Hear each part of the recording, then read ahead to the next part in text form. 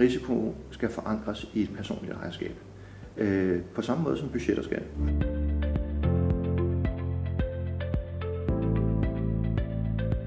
Jeg er uddannet farmaceut og har arbejdet i medicinalindustrien en række år, og fik på et tidspunkt et job som senior portfolio manager med ansvar for at lave den koncernøkonomiske risikobeskrivelse af et medicinalfirmas forskning og udviklingsprojekter. Så fra at have været projektleder på forskning og udviklingsprojekter, blev jeg analytiker.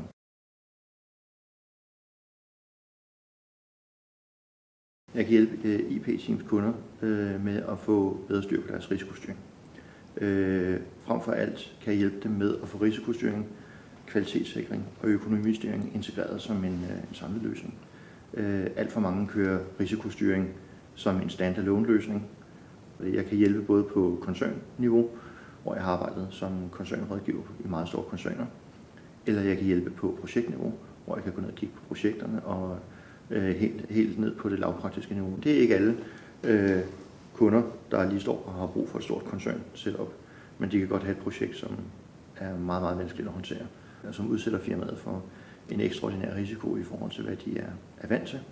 Og i den henseende kan det være rigtig smart at sørge for at få nogle stærke kompetencer ind på risikostyring.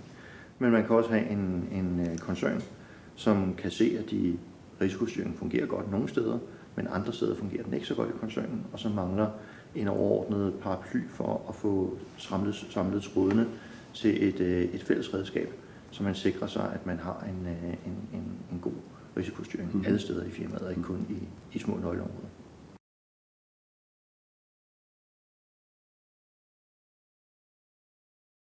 Det, som jeg kan hjælpe virksomheder med, når vi kigger på sådan helt lavpraktisk forståelsesmæssigt, så er det blandt andet at få styr på risikoejerbegrebet. Risikoejerbegrebet findes sparsomt anvendt i litteraturen. I ISO 31000 nævnes det 2-3 steder. Det nævnes bare, at man skal have en risikoejer, men det nævnes ikke, hvad en risikoejer er. Risikoejerbegrebet kan for mange virksomheder være nøglen til at få effektiviseret deres risikostyringsindsats, fordi det stiller det spørgsmål, hvem ejer risikoen? Jeg har set helt utrolig mange koncernrisikobeskrivelser, hvor at risiko egentlig er rimelig okay beskrevet. Man har bare ikke taget stilling til, hvem der ejer den. Og så er det sådan, at der er ikke nogen, der ejer den, så er der heller ikke nogen, der gør noget. Så ender det med 14 slides, der bliver præsenteret på et boardmøde, og så sker der ikke mere ved det. Risiko skal forankres i et personligt ejerskab. På samme måde som budgetter skal. I økonomistyringen har vi sjældent tvivl om, hvem der ejer budgetterne. Der er vi gode til at sætte navn på. Vi er det ikke, når det gælder risiko, og det er lidt et problem. Hvis man misser den lille detalje, som at finde ud af, hvem der ejer den, så er der meget, meget kort vej til risikostyring. Det bliver meget diffust og meget akademisk.